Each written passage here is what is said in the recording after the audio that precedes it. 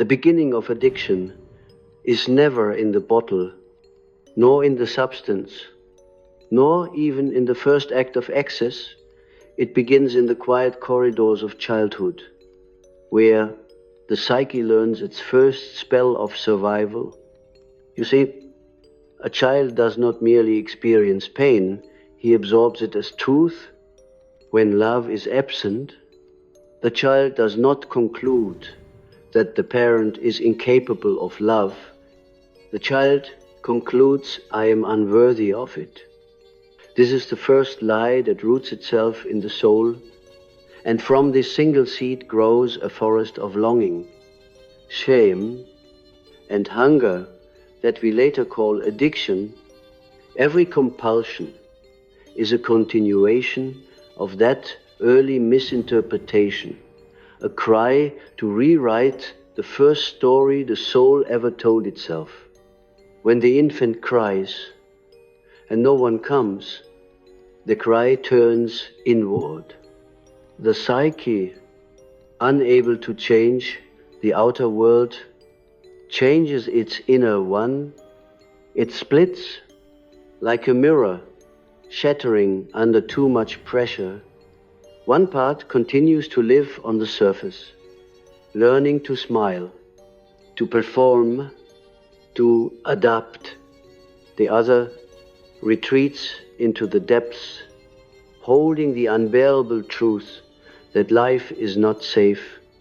In my work, I have called this division the beginning of the shadow. The shadow is not evil. It is the hidden life of the psyche, the orphan child within, the forgotten God exiled from the conscious world.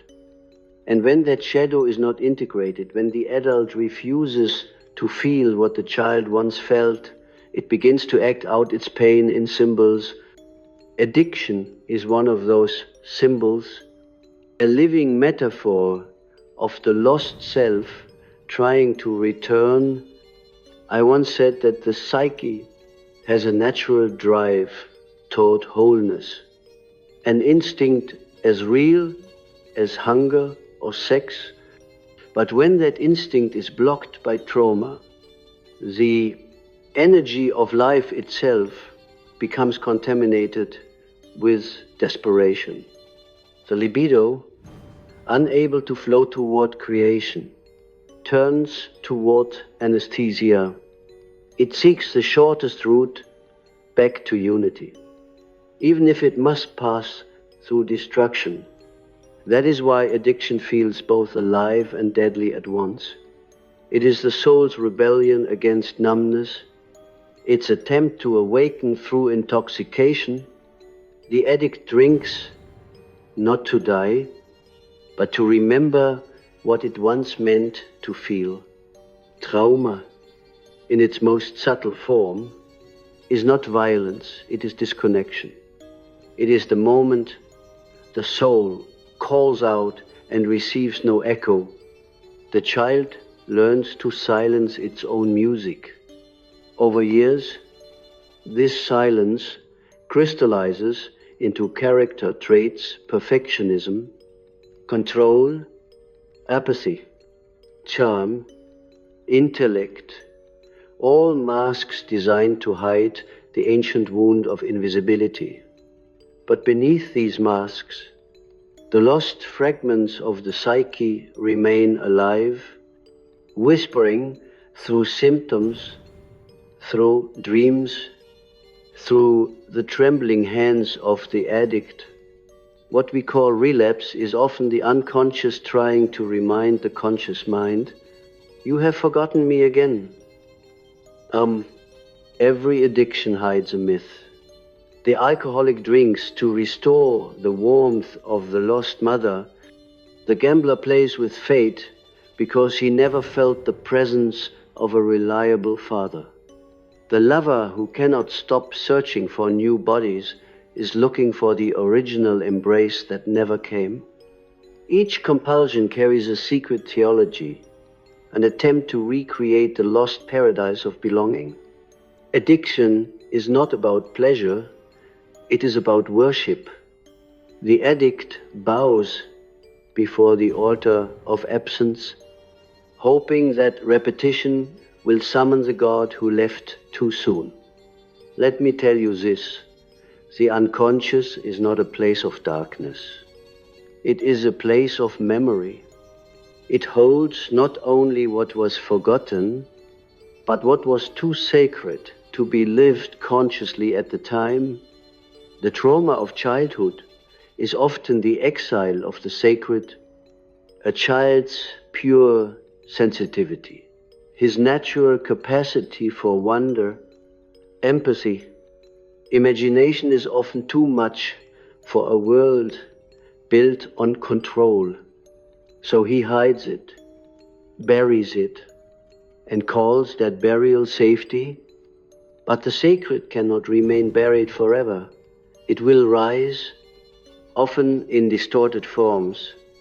Addiction is one of the disguises of the sacred, a misdirected yearning for transcendence.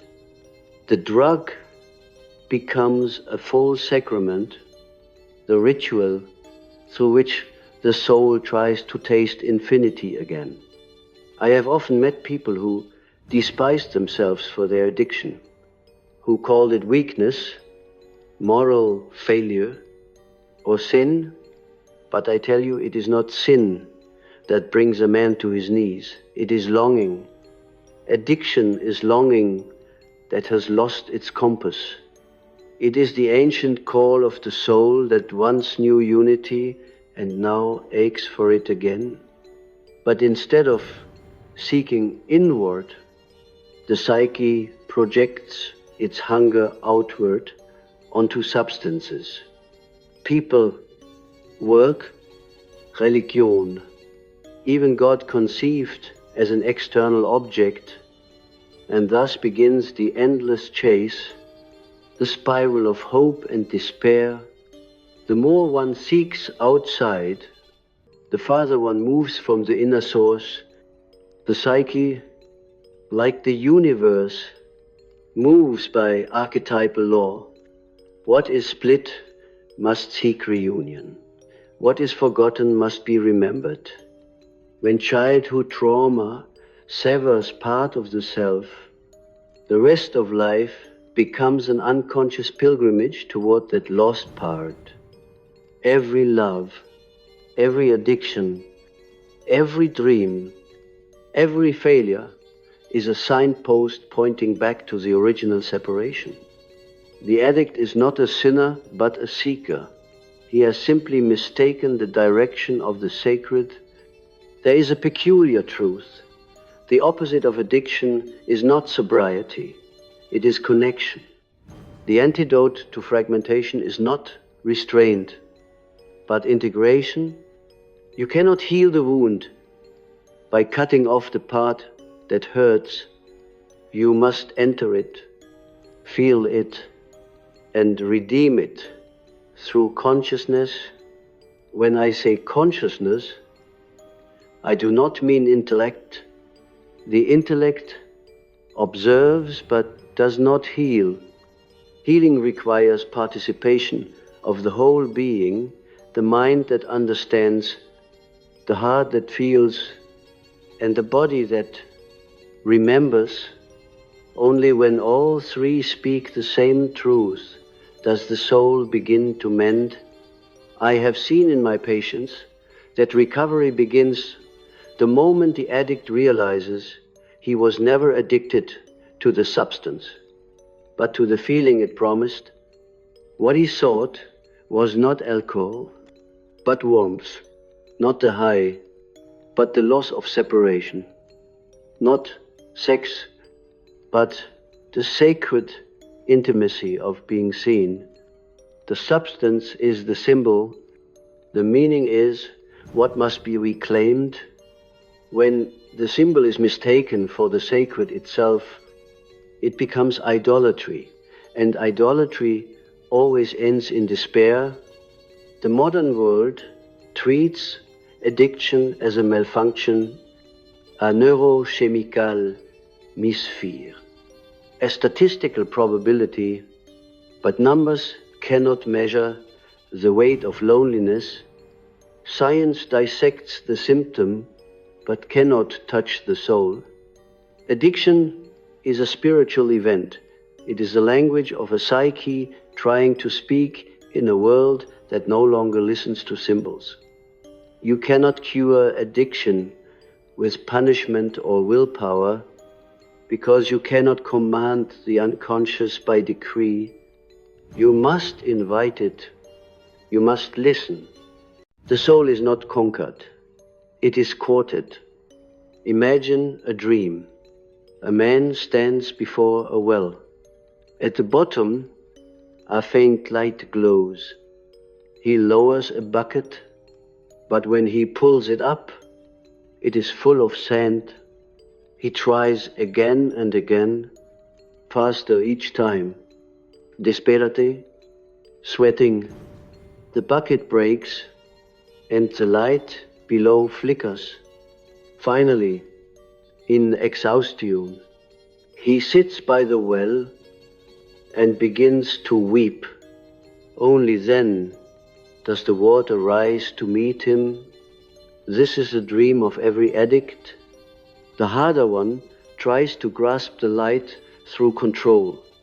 The farther it recedes. But in surrender, in honest sorrow, the water of life begins to move upward again.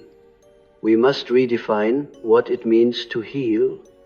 Healing is not the return to who you were before the wound. It is the revelation of who you are because of it. The trauma carved space within you. And that space, painful as it is, becomes the chamber where compassion is born. Addiction is not the enemy of the soul. It is the soul's way of forcing you to pay attention. Through it, life says, you cannot live divided any longer.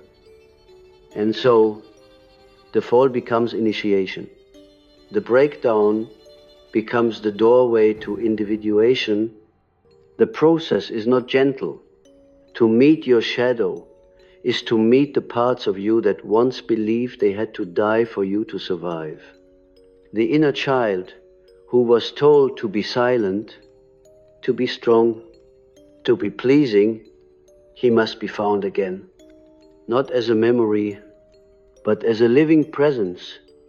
You must go back and sit beside that child in the darkness and say, I see you. I am here now. This is the beginning of inner alchemy. The tears shed in that moment are not weakness. They are baptism, the water that dissolves the salt of the old wound. You see, the psyche is merciful in its cruelty. It repeats what we refuse to feel until we finally listen. Addiction is a repetition of the unintegrated. The moment we dare to feel what we once fled, the need for escape begins to fade. What you integrate no longer controls you. The energy that once fueled compulsion becomes creativity, empathy, presence. The same fire that burned you becomes the fire that illuminates you. So, if you find yourself trapped in the cycle of addiction, do not ask, how do I stop? Ask, what am I not yet willing to feel? For within that question lies the key to transformation. The soul does not want perfection. It wants wholeness. And wholeness requires the embrace of every fragment, even those that shame you, frighten you, disgust you, especially those when the soul has been wounded in childhood. It does not grow crooked, it grows underground. You see, the psyche is like a tree. When its branches are cut or starved of light, the roots expand downward, seeking nourishment in the darkness. What we later call addiction is the fruit of those hidden roots. The addict suffering, then, is not proof of moral weakness, but evidence of spiritual depth. Only a soul that has tasted heaven can hunger so violently when it is gone. Addiction is the echo of paradise, remembered by a broken heart. The shadow that forms in early trauma is not a monster. It is a child holding too much truth. That child carries all the unlived emotions, the forbidden needs, the dreams that were laughed at or punished. Over time, the adult learns to banish that inner child, to build a personality strong enough to function. Society rewards that strength, yet secretly the psyche begins to starve. The shadow becomes the carrier of vitality, of imagination, of unexpressed love. It is ironic, the very qualities that could make a person whole are the ones buried in shame, and when they are not expressed consciously, they erupt through addiction. For the soul cannot live without its own energy. Consider this. Every time the addict reaches for the substance, he is reaching for the shadow's energy. He is trying to feel alive again, to bridge the chasm between who he is and who he was meant to be. The act is not purely self-destructive. It is a distorted act of remembrance. He wants to feel what he once felt before the betrayal, before the silence, before the mask. The high is a counterfeit wholeness, a temporary collapse of the ego's prison walls, and yet, in that fleeting moment, he glimpses something real, the sacred unity that all mystics seek. Though he reaches it through the wrong gate, in myth, this descent into darkness is not new. Every great story of transformation begins with a fall. Orpheus descends into Hades to reclaim his beloved. In doing so, he must not look back, lest he lose her forever. The addict, too, is an Orpheus of the soul. He descends again and again into his private underworld, searching for the lost part of himself. Ach, relapse, each despairing night, each morning of guilt is another journey into that abyss. The tragedy is not that he descends, it is that he has forgotten the song that could bring him back.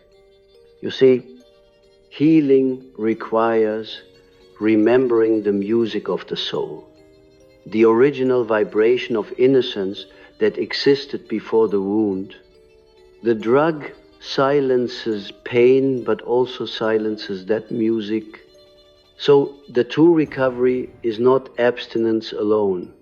It is the restoration of that song, and that song is love. Not sentimental love, but the fierce love of consciousness that dares to see what has been exiled. When you begin to love your shadow, it stops needing to sabotage you. The inner child no longer has to scream through your addictions to be heard. I often say that the shadow is the doorway to the divine. What you call sin, the gods call initiation, the very traits you hate in yourself, the envy, the rage, the lust, the craving are raw archetypal energies seeking integration. Behind every destructive urge is a creative force waiting to be sanctified. The alcoholic's longing for dissolution is the mystic's longing for union. The sex addict's hunger for bodies is the soul's hunger for the divine feminine.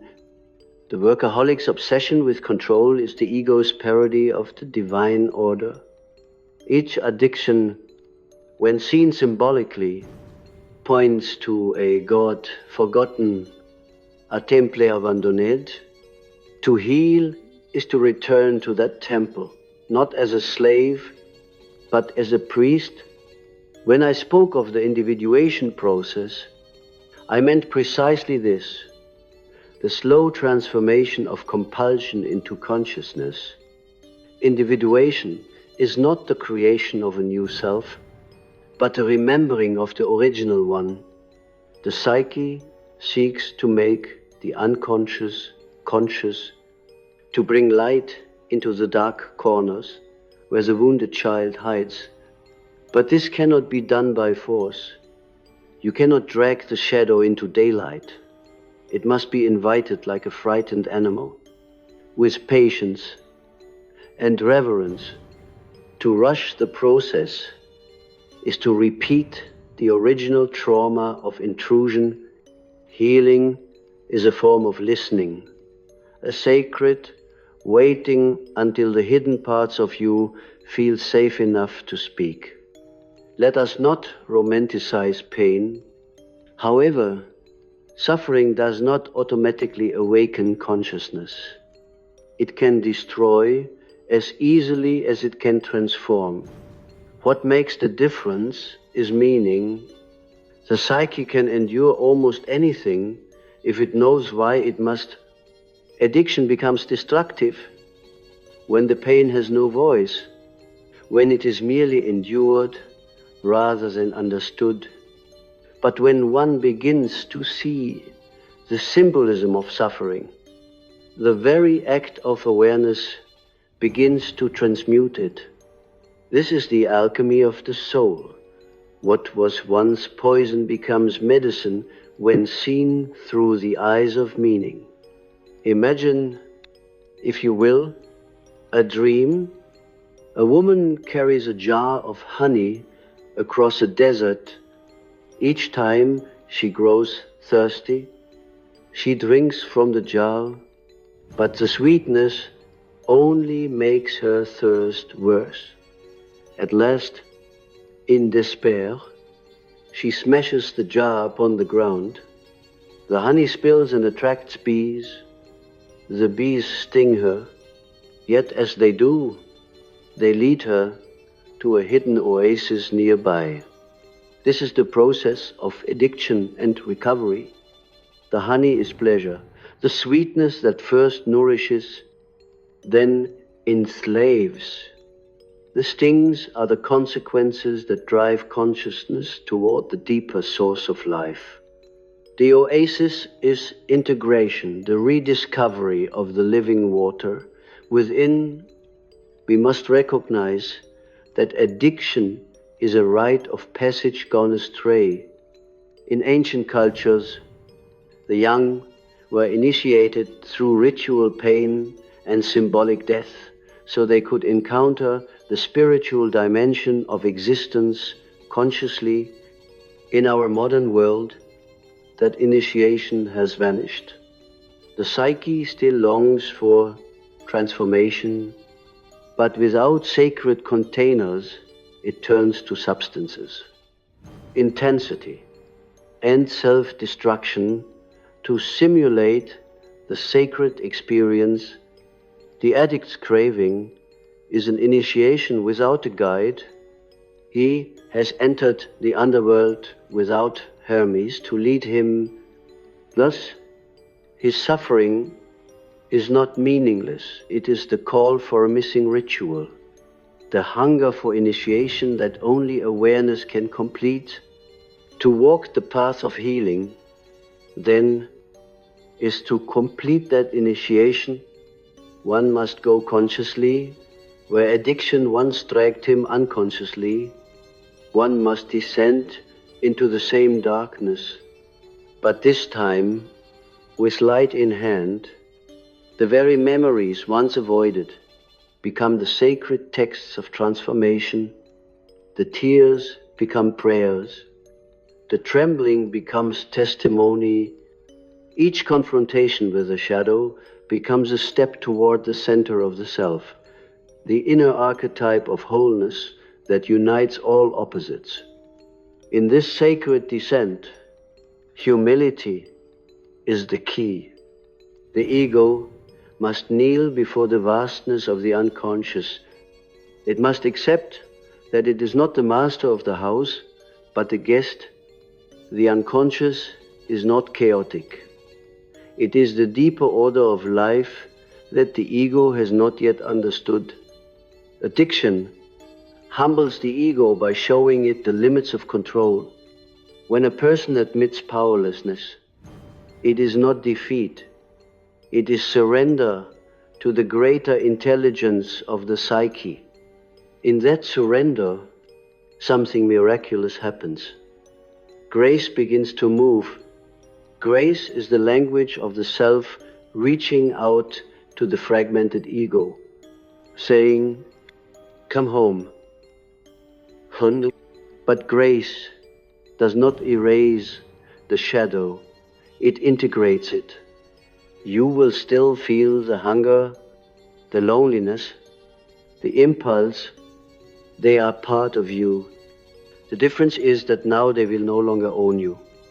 You will begin to see that beneath every craving lies the same energy that once created the stars, the drive toward union, creation, and love. When that energy is reclaimed, addiction becomes creativity, desire becomes compassion, hunger becomes prayer. Do not fear the darkness within you. The unconscious is not the enemy, it is the womb of rebirth. Every saint has walked through hell. Every enlightened soul has met his shadow. The only difference between the addict and the mystic is consciousness. Both seek the same thing, transcendence. One seeks it through oblivion, the other through awareness. When the addict learns to sit with his pain rather than escape it, he becomes the mystic in disguise, transforming his suffering into wisdom. The child who was once unloved carries within him the potential for boundless empathy, for only he who has known the absence of love can understand its necessity. That is the paradox of trauma. It breaks the heart so that the heart may become capable of divine love. Addiction, then, is the rough hand of fate, pushing the soul toward its own awakening. The fall was never punishment. It was preparation. You cannot know the light without first having bowed before the dark. And so I say to those who listen, your addiction is not your enemy, it is your teacher. It speaks in the only language the unconscious has left. Do not silence it too quickly. Instead, ask it what it needs you to feel, what forgotten child it is trying to rescue. Sit with that question until the answer trembles within you like a quiet truth. That trembling is the beginning of transformation. When you learn to hold your pain with compassion, the spell of addiction begins to break, for the soul no longer needs to cry through the body. The journey of addiction is, at the deepest core, the journey of the wounded healer. In ancient myth, the healer is never whole. He is marked by a sacred wound that becomes the source of his power. Jung, struck by the poisoned arrow, could not heal himself, and yet, through his wound, he learned the mysteries of medicine. So it is with the soul that has known addiction. The wound that once bled endlessly becomes, when brought to consciousness, the fountain of compassion. You cannot guide another through the underworld unless you have walked there yourself. You cannot understand the cry of another's hunger unless you have felt your own echo in that same abyss. You see, pain alone does not make you wise. Pain merely breaks you open. It is what enters through that opening that matters when the addict begins to face his suffering consciously. He steps into the archetype of the wounded healer. He ceases to be merely the victim of his wound and becomes its priest. His brokenness no longer isolates him, it connects him. He sees in the eyes of others the same despair that once haunted him, and suddenly his life takes on meaning. The curse becomes vocation. What once destroyed him becomes the instrument of his redemption. To understand this transformation, one must see suffering as the soul's method of initiation. The psyche is not interested in comfort, it is interested in growth. When a child is denied love, the pain does not vanish, it goes underground, where it becomes the seed of destiny. Every unhealed wound is a god in exile, waiting to be acknowledged. Addiction is the restless movement of that exiled god.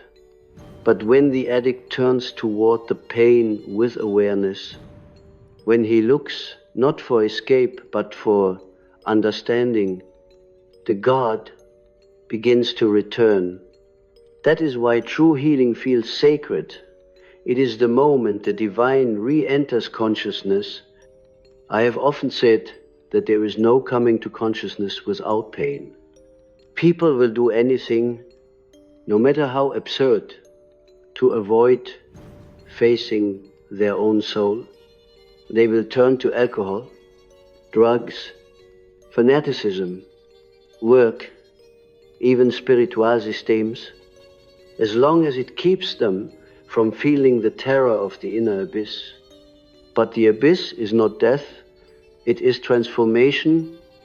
To descend into it is to be stripped of illusion, of egoic defenses, of everything false.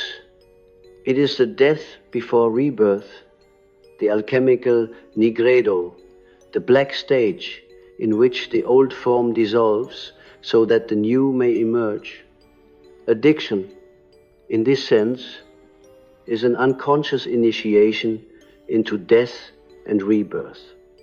Ich binge, each collapse, each moment of despair carries within it the pattern of crucifixion and resurrection.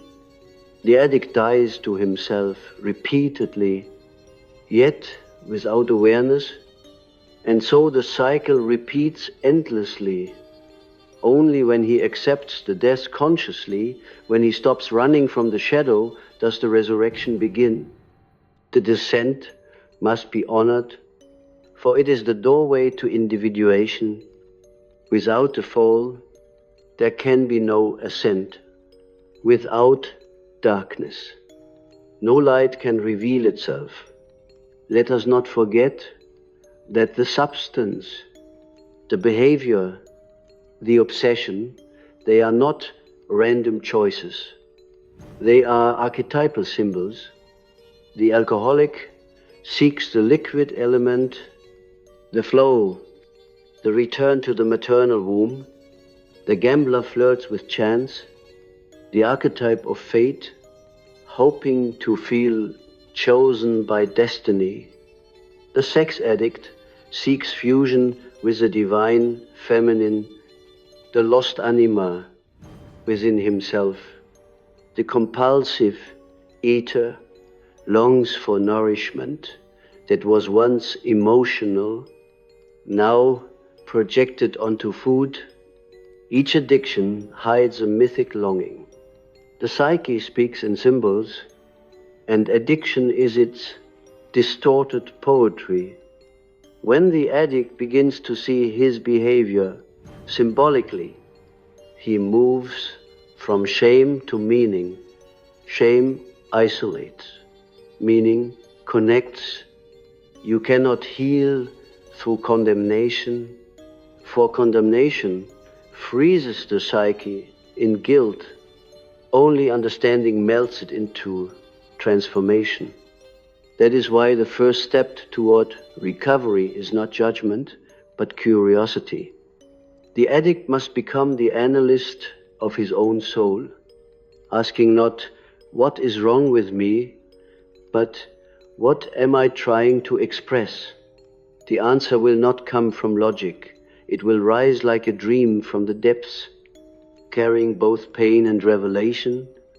There is a reason why so many who have recovered from addiction later become healers. Teachers, artists, mystics, they have touched the underworld and returned with something real. Their authenticity carries the scent of death, and thus it carries life. They have learned that to help another is to heal the part of oneself still trembling in the dark. This is the paradox of the wounded healer. The wound never disappears, but it becomes translucent, allowing the light of the divine to shine through it. The healed are not those without scars, but those whose scars have become maps. You see, the divine function of suffering is revelation.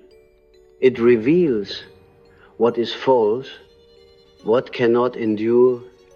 It burns away pretense, ambition, pride.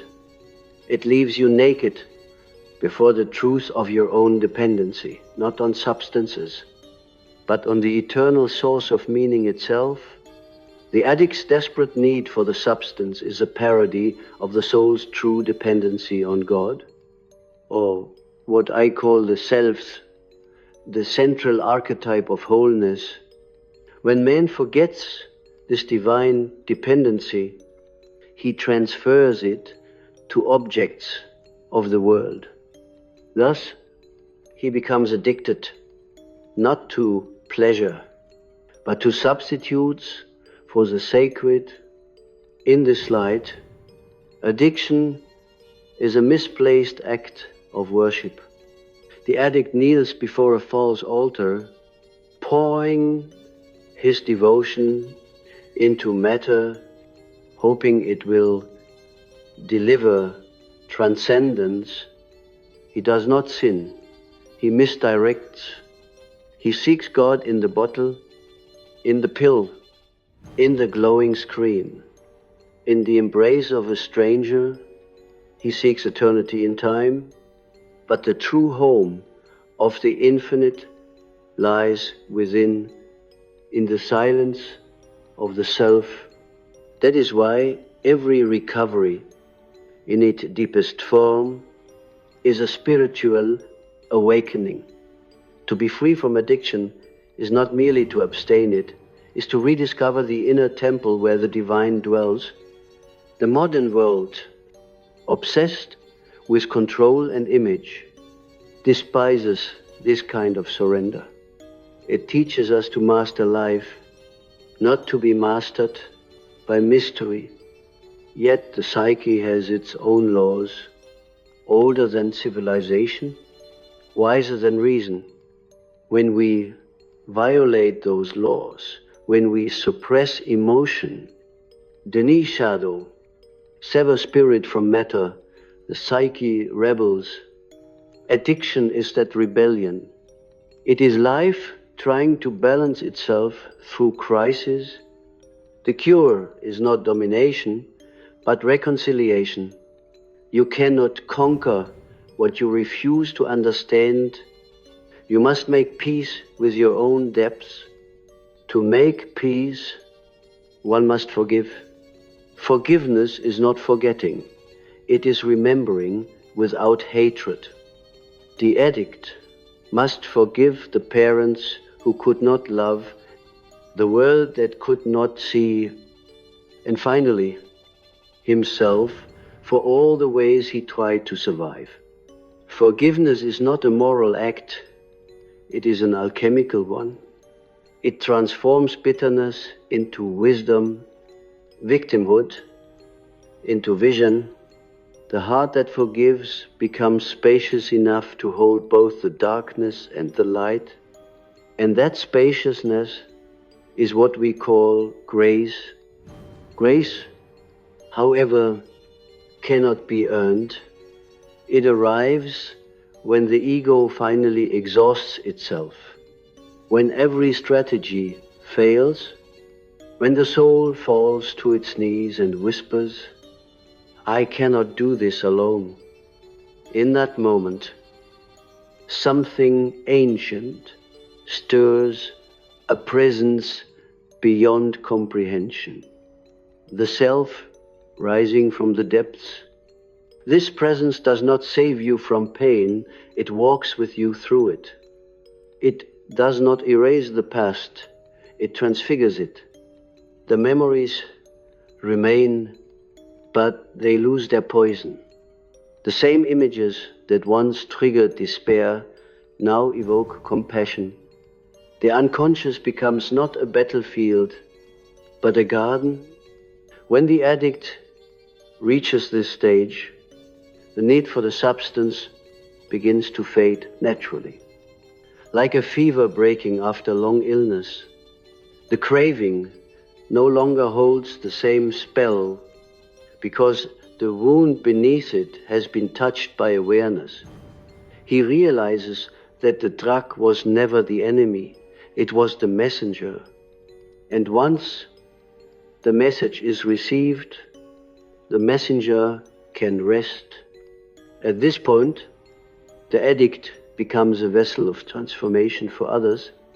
His very presence carries an invisible wisdom, that no one is beyond redemption, that the human soul, no matter how fractured, retains the image of the divine. He becomes a living myth, proof that descent can lead to ascent, that brokenness can lead to beauty in his eyes. Others glimpse hope, not the shallow hope of avoidance, but the profound hope born from truth. He no longer preaches recovery, he embodies it. His life becomes testimony that the self is indestructible. Every true journey ends where it began. Though the traveler is no longer the same, so it is with a soul emerging from addiction. What began as an unconscious attempt to escape pain becomes a conscious pilgrimage toward wholeness. The circle closes, but at a higher octave, for consciousness has expanded. The child who once split himself to survive is finally met by the adult who can hold him without fear. This reunion of the fragmented self is what I have called individuation, the sacred marriage of opposites. Within the psyche, the alchemical conjunctio, the long-awaited reconciliation between the wounded human and the divine that lives within him. You see, addiction was never a detour. It was the path itself, though covered in shadow. It was the soul's way of demanding attention, forcing a descent so that resurrection could one day occur. The ego resists this idea because it believes salvation must come without suffering. But the psyche knows better. It knows that what is not suffered consciously must be lived unconsciously. And so, through addiction, life compels us to feel what we have long avoided, to touch the wound until we remember that it was never meant to be punishment. But initiation, the addict who has faced himself, has touched something eternal. He has stood at the threshold between death and life, between illusion and truth. He has learned that freedom is not the absence of craving, but the presence of meaning.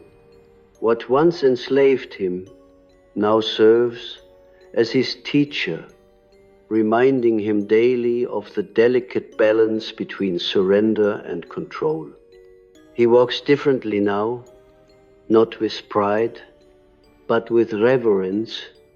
He knows that every desire, no matter how dangerous, carries a seed of divinity within it, waiting to be understood rather than exiled.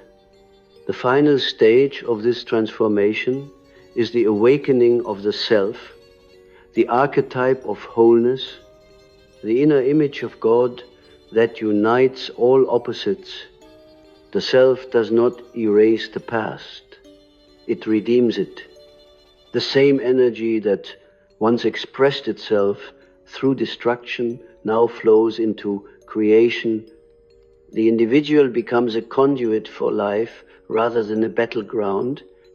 His instincts, once chaotic, are now aligned with purpose.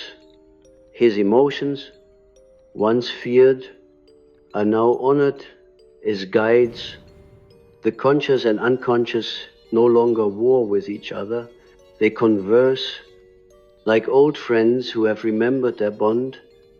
But do not mistake this wholeness for perfection. The self does not promise purity. It promises completeness, light and shadow, joy and sorrow, love and fear, all coexist in a dynamic harmony. The addict who has awakened does not become an angel. He becomes human at last, fully, vulnerably, gloriously human. He can weep without shame, laugh without guilt, desire without fear. He can look at his reflection and see not the fragments, but the face of a soul that has survived its own storm. This reconciliation is not achieved once and for all. It is a rhythm, a breathing of the soul. Each day, the old habits may whisper, the shadow may stir, but now the addict no longer runs from them. He listens, nods, and smiles, for he knows these voices are part of his chorus. They no longer control him because they are no longer strangers. Integration means friendship with one's own depths. It is a relationship, not a conquest. I have seen men and women emerge from addiction more alive than they ever were before their suffering began. They have tasted despair and thus discovered gratitude. They have walked through isolation and thus learned communion. They have lost everything, only to find the one thing that cannot be lost, the living presence of the self. Such people radiate a archaic authority, not because they are strong, but because they are real. They do not preach God, they embody Him. Their humility is their holiness. And yet, even now, the world does not understand them. Society prefers the illusion of normality to the truth of transformation. It celebrates those who conform, not those who awaken. But the awakened addict no longer seeks approval. He has outgrown the need to be seen by the world because he sees himself clearly. His worth no longer depends on performance, but on presence. In that freedom, he becomes dangerous, not to others, but to the illusions that govern them, for nothing threatens the collective lie more than a single individual who has become whole. We must remember that the goal of therapy, of recovery, of any spiritual path is not to become good, but to become real. Goodness imposed from fear is fragile. Reality born from integration is eternal. The true moral act arises not from repression, but from understanding. The man who knows his shadow does not project it upon others. He carries it with dignity. He becomes a vessel of empathy, for he recognizes in every sinner his own potential.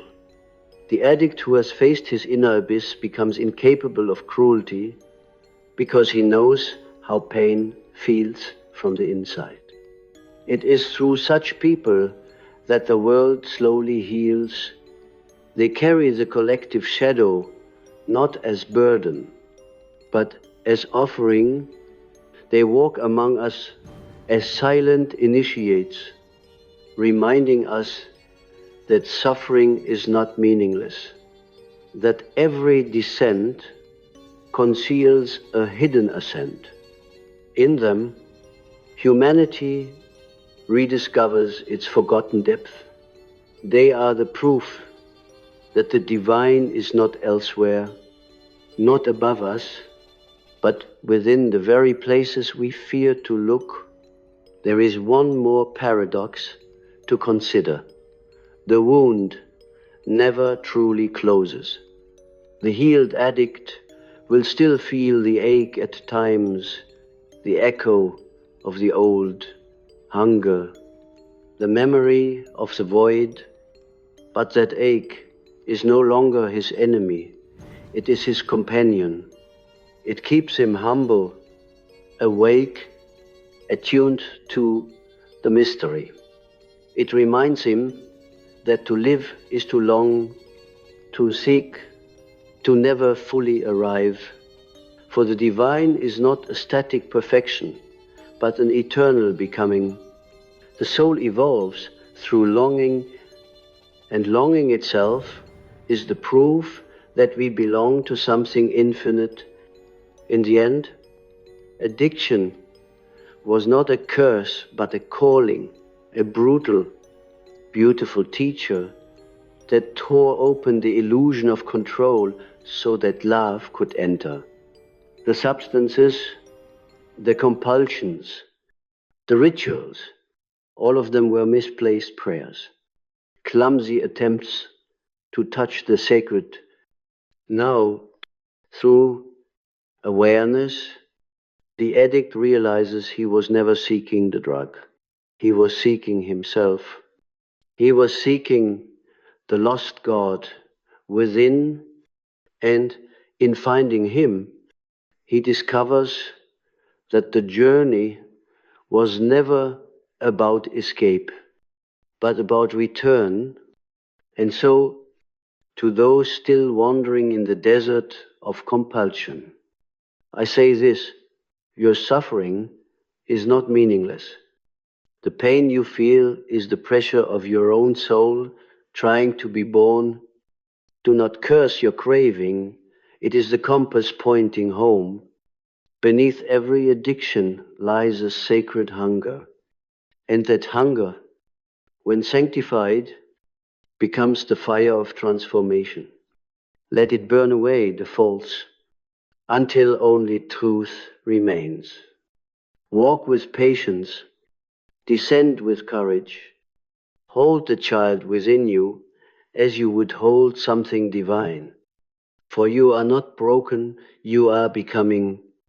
The gods have not forsaken you. They are shaping you. Your descent is your initiation, your wound, your temple, your longing, your prayer. In the darkness, where you once lost yourself, you will find the light that cannot be extinguished, the eternal self, waiting for you since the beginning.